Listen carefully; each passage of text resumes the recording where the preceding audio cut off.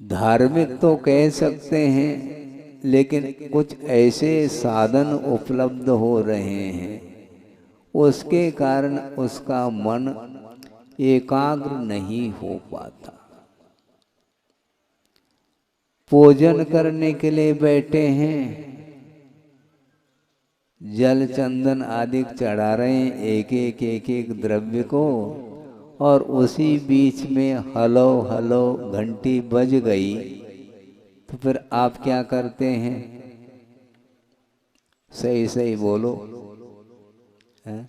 भगवान सामने हैं, बैठे हैं, भगवान तो कुछ कहते नहीं। कल ही कहा था भगवान मौन बैठे हैं, आपकी ओर दृष्टि तक नहीं जाती उनकी। वो ये भी नहीं सोचते कि यह भक्त जो आया है किस ढंग से पूजन कर रहा है, किधर ध्यान है इसका, उस ओर कोई उनका ध्यान नहीं। किंतु आप पूजन करने के लिए बैठे हैं, आप जाप करने के लिए बैठे हैं, और बीच में यदि मान लो घंटी मोबाइल की बजती है, तो उस समय आपके भीतर विचार किस रूप में आते हैं? माला तो फिर रही है, एक एक मणि खिसक रही है। क्या खिसका रहे हैं पता नहीं अपन को है, किंतु उपयोग आपका स्थिर नहीं है। जल्दी जल्दी जल्दी करके अर्घम करके वह निकल जाता है। कर ले तो अच्छी बात नहीं है, तो बहुत ही क्या पता ये जो घंटी बज रही है कौन सा समाचार है, सुखद समाचार है कि दुखद है, ये सारा सारा विकल्प उसके मन में उठ रहे हैं। इसलिए धार्मिक कार्य भी निराकुल भाव के साथ निश्चिंत हो करके 10-15 मिनट भी नहीं कर पाता, जबकि मन उसके पास ही है। मन की गति के बारे में कुछ कहा नहीं जा सकता। आगम में यह भी पढ़ने को मिलता है, जैसा कि कल कहा था, अविभागी पुद्गल परमाणु जिसका विभाजन न कर सके उसको पुद्गल परमाणु बोलते हैं।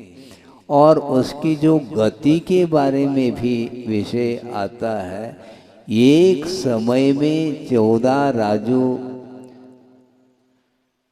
गमन करने की क्षमता उसके अंदर है। इतनी स्पीडली गति जिसको बोलते हैं।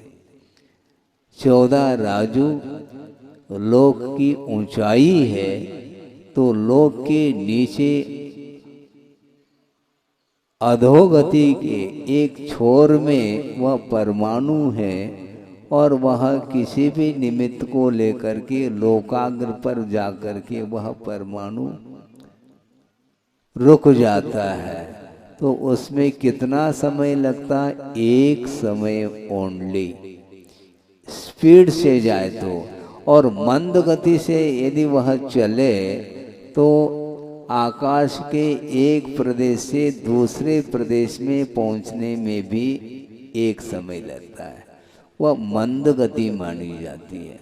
और तीव्र गति से एक समय में 14 राजू पार कर जाता है वह परमाणु। उससे भी गति तेज है मन की। आप यहाँ पर बैठे हैं, किंतु बैठे बैठे पता नहीं कौन कौन से विचार मन में आ जाते हैं। कभी बाल्यकाल का भी दृश्य आ सकता है। सडनली कोई व्यक्ति आ गए, अरे हमने उनको वहाँ पर देखा था। ये सारा सारा विषय, इसके लिए क्षोभशम कहाँ से हुआ है, इसमें मन की एकाग्रता कैसे हो रही है? क्योंकि मन एकाग्र करने के लिए अपनी इच्छित जो वस्तु है उसमें तो बहुत जल्दी एकाग्र हो जाता है, किंतु अपने लिए जो इच्छित वस्तु नहीं उसमें एकाग्र करने के लिए बार बार प्रयास करने के उपरांत भी उसका मन रुक नहीं पाता उसमें। तो उनके लिए ये कहा था उस छात्र के लिए, कौन कहता है तुम्हारा मन स्थिर नहीं है, किंतु जिसमें होना चाहिए उसमें आपका मन टिक नहीं पा रहा है। कोई न कोई विषय होगा उसमें टिक रहा है। तो महाराज अब मन को केंद्रित करने के लिए करें क्या? भारी समस्या हो गई। बार बार प्रयत्न करने के उपरांत भी मन बाहर ही जाता है। धीरे धीरे विषय आ रहा है। आचार्य महाराज ने बहुत सारे ग्रंथों का अनुवाद भी किया है। कुंद कुंद भारती का भी अनुवाद किया है। समंतभद्र स्वामी का भी साहित्य जो है उसका भी अनुवाद किया है। और भी बहुत सारे ग्रंथों के अनुवाद उन्होंने किए हैं। और इसके अलावा स्वतंत्र रूप से भी ग्रंथों की रचना उन्होंने की है, जो कि संस्कृत में भी है और हिंदी में भी उसको रूपांतरित किया है। सर्वप्रथम आचार्य ज्ञान सागर जी महाराज की उपस्थिति में उन्होंने एक शतक का निर्माण किया था। उसका नाम क्या है? निजानुभव शतक नाम है। उसमें एक छंद पढ़ने को मिला है।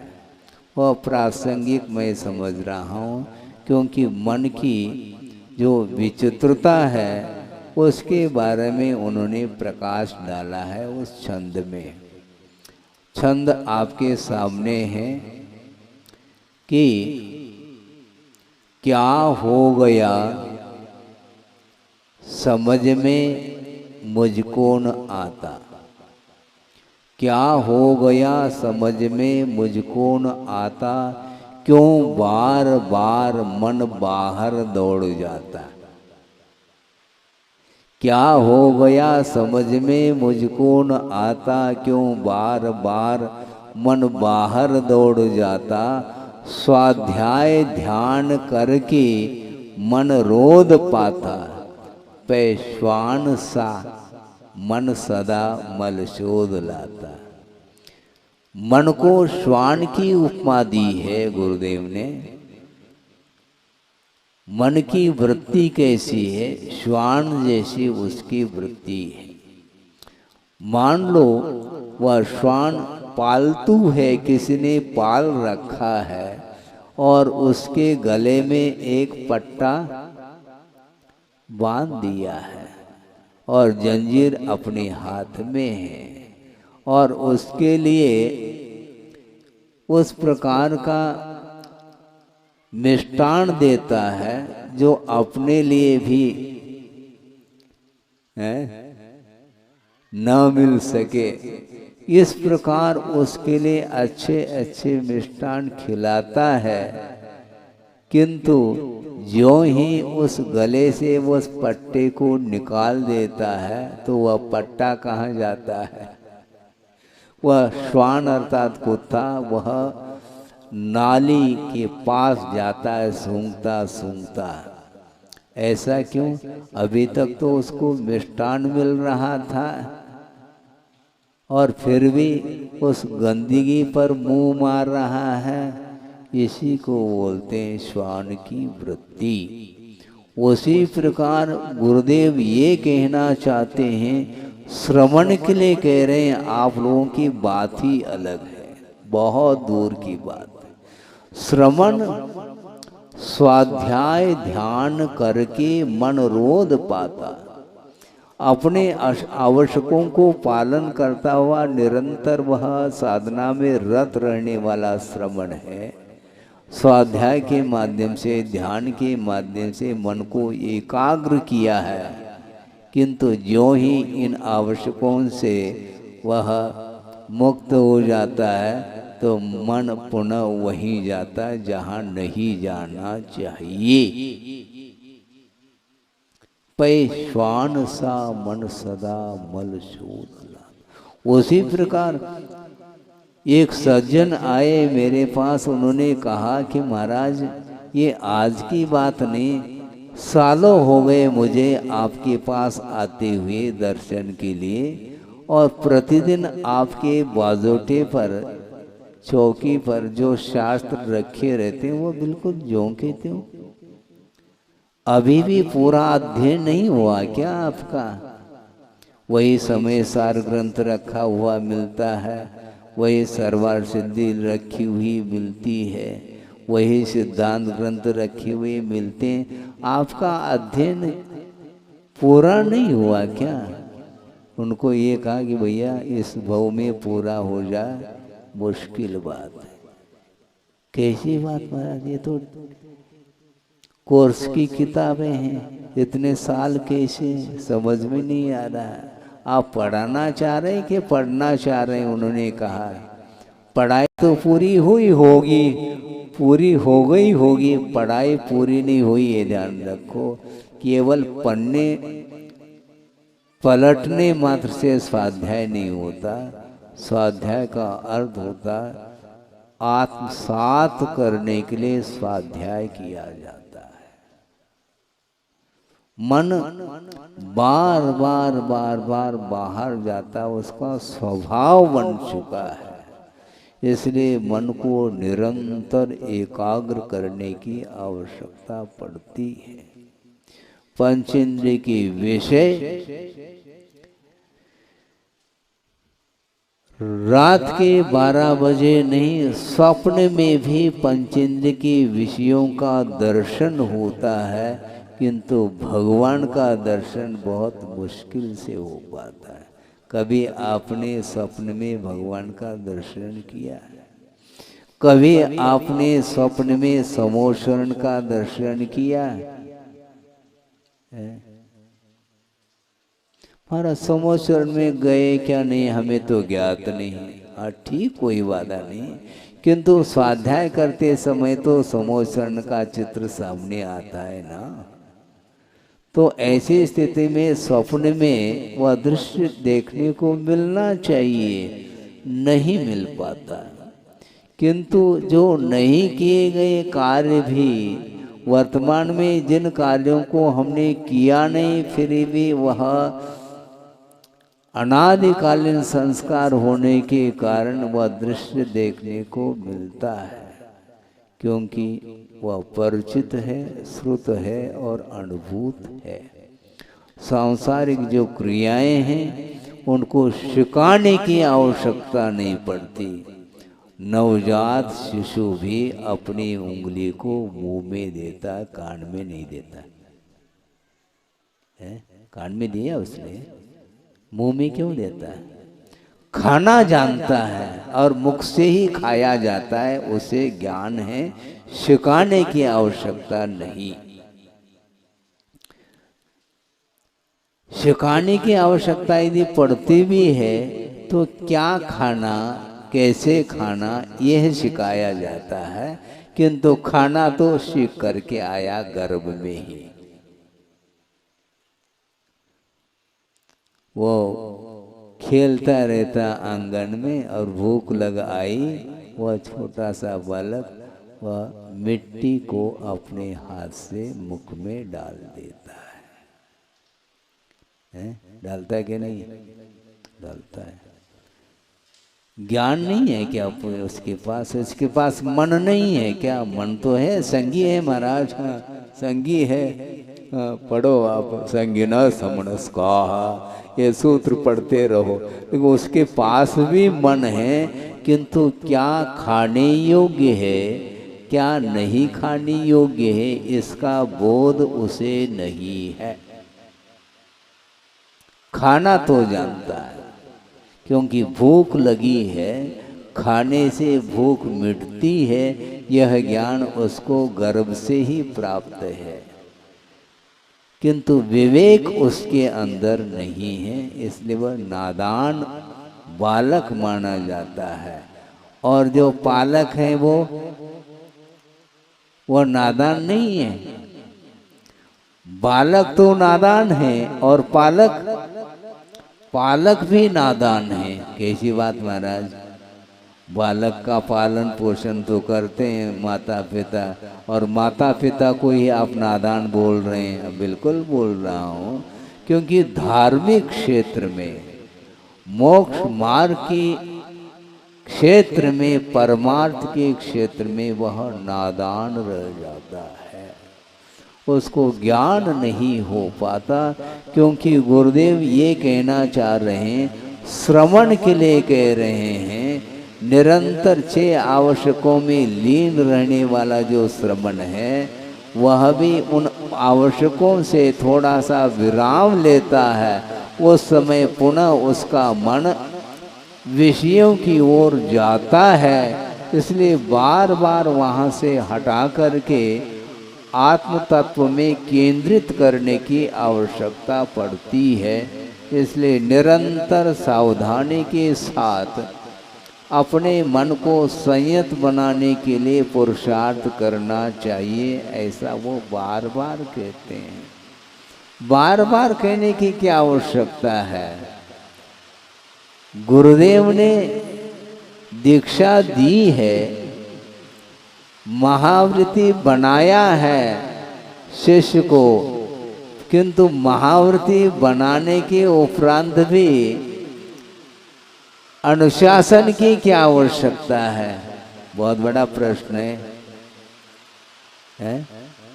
अनुशासन की क्या आवश्यकता? जब महावृत्ति बना दिया, दिगंबरत्व को अंगीकार कर लिया, अब उसको वह कहीं भी रहे, उसके लिए अनुशासन की कोई आवश्यकता नहीं होनी चाहिए। यह प्रश्न हो सकता आपके मन में, किंतु आचार्य कहते हैं अनुशासन की बड़ी आवश्यकता है। क्योंकि अनादिकालीन संस्कारों को समाप्त करने के लिए, उनको डिलीट करने के लिए निरंतर उपयोग उसमें लगाने की आवश्यकता पड़ती है। उसके बिना मन संयत नहीं हो सकता। तो मैं क्या कह रहा था? मैं ये कह रहा था कि आप पूजन करने के लिए तो बैठे हो, जाप करने के लिए बैठे हो, उस समय यदि मान लो मोबाइल चालू हो जाता, तो उस समय आपका मन अब संयत नहीं रह पाएगा। निश्चित रूप से अपने कार्य को साइड में रख करके वह मोबाइल अटेंड कर लेता है। यदि मान लो मोबाइल ऑफ है, कनेक्शन बंद कर दिया मान लो, तो फिर नहीं। और मान लो घंटी बज रही है, किंतु दूसरे की बज रही है, मेरी नहीं बज रही है, तो वहां पर मेरे तेरे का भी संबंध समाप्त नहीं हुआ है। सोचने की बात है, बहुत हम सोच नहीं पाते हैं। बार बार प्रसंग बनाने के उपरांत भी हमारा मन संयत नहीं हो पाता। एक दिन सुन लेते हैं, दूसरे दिन वह सारा सारा डिलीट हो जाता है विषय, पुनः वापस सुनाने की आवश्यकता पड़ती है। तो इस प्रकार बार बार सुनाओ महाराज। हाँ, सुनाने के लिए तो बैठे हैं, आप सुनने के लिए बैठे हैं, किंतु मात्र सुन करके उसको एक कान से सुन लिया, दूसरे कान से यदि निकाल दिया मान लो, तो कभी भी उद्धार तो नहीं हो पाएगा। इसलिए मन को संयत करने के लिए क्या करना चाहिए महाराज? तो आचार्य कहते हैं मन को संयत करने के लिए इंद्रियों के ऊपर विजय प्राप्त करने की आवश्यकता है। इंद्रियों के ऊपर विजय प्राप्त जब तक नहीं करते तब तक आपका मन उधर ही जाएगा। कोई कह सकता है कि महाराज आंख बेच करके हम बैठे हैं, इसके उपरांत भी मन बाहर जा रहा है ना, और आपने कह दिया कि मन अपने आंखों बंद करके बैठो, बंद करने के उपरांत भी मन बाहर जा रहा है, जाने दो उसको। फिर कैसे करेंगे महाराज? मन को कैसे संयत करे, कैसे केंद्रित करे? मन को केंद्रित करने की कोई आवश्यकता नहीं। मन अपने आप केंद्रित होगा यदि इंद्रियां अपने वश में हो। संकल्प ले लिया श्रवण ने, 5 इंद्रियों का व्यापार हम नहीं करेंगे। 5 इंद्रियों के ऊपर विजय प्राप्त करने के रूप में 5 मूल गुण उसके पास है। और मान लो मन में ये भाव आ गया कि अमुक सुंदर वस्तु को मैं देख लूं, ऐसा मन में पहला भाव आता है, आने दो उसको। किंतु संकल्प क्या है? 28 मूल गुण में मन को जीतने रूप कोई मूल गुण नहीं है। सुन रहे क्या नहीं श्रमण लोग भी? 28 मूल गुण में मन को संयत करने के रूप में, मन के ऊपर विजय प्राप्त करने के रूप में कोई मूल गुण नहीं रखा। मात्र 5 महाव्रत है, 5 समिति है, 5 इंद्रिय दमन है, 6 आवश्यक है और 7 शेष गुण है। इन 28 मूल गुण के अंतर्गत मन को नहीं रखा। तो महाराज फिर कैसे करें? मन तो जा ही रहा है, तो रोकने की बात करते हैं आप हैं? सम्यक योग निग्रहो गुप्ति ये भी कह रहे हैं, हम कैसे रोकेंगे उसको? तो आचार्य कहते हैं रोकने की पद्धति यही है, पहले इंद्रिय का व्यापार समाप्त कर दो। मन में आता है सुंदर वस्तु देखने का भाव, मन में आता, आने दो, कोई बाधा नहीं। किंतु संकल्प क्या है? रूप का अवलोकन हमें नहीं करना, ये संकल्प है। राग पूर्वक वस्तु का अवलोकन नहीं करने रूप ये मूल गुण अपने पास है, इसलिए संकल्प को हम तोड़ेंगे नहीं। अब नहीं देखेंगे तो दृश्य देखने में आएगा। रूप का अवलोकन जो होता है वह चक्षुन्द्रिय के माध्यम से होता है, और चक्षुन्द्रिय के ऊपर नियंत्रण कर रखा है हमने, हमें देखना नहीं। दृष्टि नासा पे धरे, ऐसे रखेंगे तो आप क्या कहेंगे? देखो महाराज हमारी ओर देखते ही नहीं है।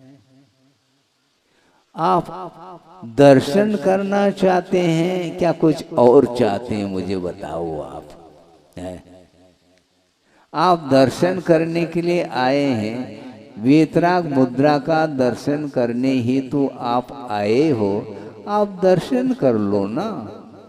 मैं रूम के अंदर बंद तो हूं नहीं, दरवाजे खुले हैं, आओ दर्शन करो और निकलो।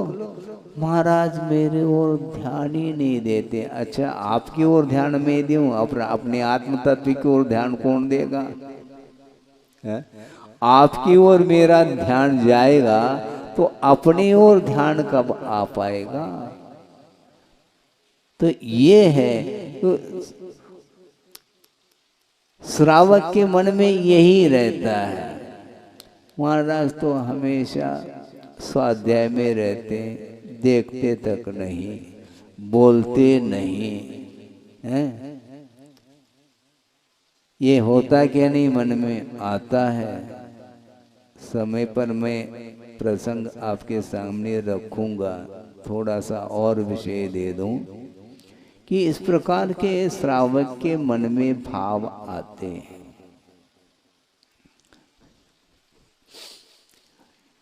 एक व्यंग्यात्मक प्रसंग याद आ गया। वो विद्वान थे, इसके उपरांत भी व्यंग्यात्मक भाषा में बोलते थे। वो कुंडलपुर की बात है, बहुत पुराना प्रसंग है और दशलक्षण पर्व का वह प्रसंग।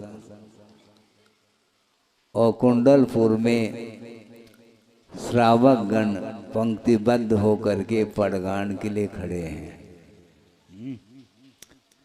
आहार का समय हुआ था और गुरुदेव शुद्धि करके आहार चर्या के लिए निकले और नीचे इर्यापत से नीचे देखते देखते देखते चले जाते हैं। एक दिन हुआ, 2 दिन हुआ, 3 दिन हुआ, 7-8 दिन हो गए और उनको आकुलता होने लगी। उन्होंने कहा कि महाराज, आपकी दृष्टि कीड़े मकोड़े की ओर तो है, किंतु संगी पंचेंद्रिय की ओर आपकी दृष्टि नहीं जाती है। समझ रहे हैं आप? हम पड़गान के लिए खड़े हैं और हम तो संगी पंचेंद्रिय, हमारी ओर भी तो ध्यान आपका होना चाहिए। आप तो केवल नीचे निगाह करके निकल जाते हैं, बीच बीच में देखते हैं, कब देखते हैं आपको ख्याल नहीं रहता है। जब आप हमारी ओर दृष्टि रखते हैं उस समय तुम्हारी ओर दृष्टि हम नहीं रखते। जब आपकी दृष्टि अन्यत्र होती है उस समय आपको देख करके निकल जाते हैं आगे। इस प्रकार की चर्या होती है श्रवण की। तो आचार्य महाराज ने सोचा, अब देखो किस प्रकार ये व्यंगात्मक भाषा है ये। और दूसरे दिन भी उनके सामने से देखते हुए निकल गए, क्योंकि उन्होंने कहा था महाराज हमारी ओर आप देखते नहीं हैं, तो देखते हुए निकलता हूँ मैं। इस प्रकार 2-4 दिन के उपरांत उनके यहाँ पड़गान भी हो गया, आहार भी हो गया। अर्थ ये है कि इच्छाएं बहुत सारी होती हैं और उसकी जब तक पूर्ति नहीं होती तब तक उसका मन आकुलित रहता है। ये तो श्रावक की बात हो गई। श्रवण के लिए ये कहा जा रहा है, मन को संयत बनाने के लिए अपने को इंद्रिय के ऊपर विजय प्राप्त करने की आवश्यकता होती है। क्योंकि मन यदि संतुष्ट होता है तो विषयों से संतुष्ट होता है, और विषयों का ग्रहण जो होता है वह इंद्रियों के माध्यम से होता है। इंद्रियों के व्यापार के बिना भिन्न भिन्न इंद्रियों के विषय ग्रहित नहीं हो सकती है। इसलिए मन में भाव आ गया कि अमुक वस्तु को मैं देख लूं, तो संकल्प है मैं देखूं, तब मैं आंख खोलूं तब की बात है। हम आंख खोलेंगे नहीं तो हमेशा बंद करके रखेंगे क्या महाराज? नहीं नहीं, हमारी ओर देखते ही नहीं। ठीक है, आप भगवान बन जाओ, आप ही की ओर हम देखते हैं। हाँ, अन्यत्र देखेंगे नहीं हम। भगवान तो बन जाओ कम से कम है? भगवान तो बनो नहीं। रागी की ओर दृष्टि यदि रख देते हैं श्रवण, क्या प्रयोजन सिद्ध होने वाला है? बल्कि सामने वाले का कल्याण हित करने के लिए यही पद्धति है। उस ओर देखो नहीं, किंतु बिना देखे कुछ हित की बात सुना दो, काम हो जाएगा। देखने की आवश्यकता नहीं। नमोस्तु कर दिया, मान लो आशीर्वाद दे दिया। आशीर्वाद देने के साथ साथ देख नहीं रहे। देखने की आज्ञा कहाँ पर है आगम में, मुझे बताओ। देख करके ही आशीर्वाद दिया जाता है, बिना देखे आशीर्वाद नहीं दिया जाता। मान लो देख करके आशीर्वाद देते हैं, महाराज बोलते नहीं, तो एक एक कदम वो आगे बढ़ रहा है। तो ऐसी स्थिति में उसके जो इच्छाएं उसके अंदर उत्पन्न हो रही हैं, उनकी पूर्ति हम नहीं कर पाएंगे। इसलिए हम अपने आप में रहेंगे और मान लो अपने आवश्यकों से यदि मान लो निवृत्त होते हैं, शांति के साथ बैठे हैं, उस समय कोई श्रावक आता है, दर्शन आदि कर लेता, उसके लिए धर्म वृद्धि का आशीर्वाद दिया जा सकता है, इसमें बाधा नहीं।